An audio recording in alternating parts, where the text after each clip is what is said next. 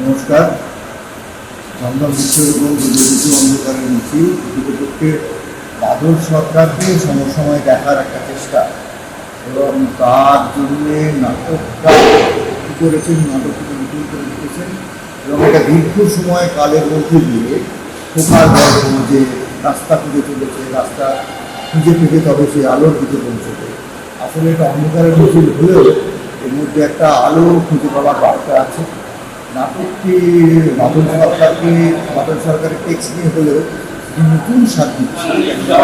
অদ্ভুতভাবে কতগুলো ডিজাইন করা হয়েছে, যেমন ধরা যাক স্টেজের উপর একটা পুরোনো দিনের 11 বাস উঠে গেছে, বাসের মধ্যে অভিনয় হচ্ছে, নাচ গানে ভরা, কিন্তু একটা সময়কে ধরার জন্য যেটা করা সেইটাই করা হয়েছে যে মিছিল যদি অনন্তকাল ধরে চলে আর কি, সেই মিছিল আসলে শেষ অবধি লক্ষ্যে পৌঁছয় অনেক বাধা বিপত্তির মধ্যে।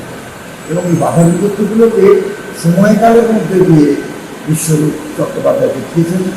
বিদিশা ডিরেকশনে বিশ্বরূপের কারিগরিতে একটি অপূর্ব নির্মাণ হয়েছে বলে আমার মনে হয়। যদিও এই নির্মাণটি একেবারেই অন্য ধরনের, বাদল সরকার নিয়ে কাজ করছি বলে যে বাদল সরকারকে রিপিট করতে হবে তা নয়, কারণ বাদল সরকারের ভিতর থেকে একটা নতুন অর্থ, নতুন ইন্টারপ্রিটেশন এই সময়ের জন্য ধরে আনা হয়েছে। এবং নাটকটি কোথাও আমি বলবো কোনো কম্প্রোমাইজ করেনি, নাটক করার চেষ্টা করেনি, কিন্তু বাদলবাবুর যে নন প্রসেমিয়াম টেক্সট, সেই নন প্রসেমিয়াম টেক্সটকে প্রসেমিয়াম থিয়েটারে এনে একটা অদ্ভুত কাজ কিন্তু এই দল করেছে।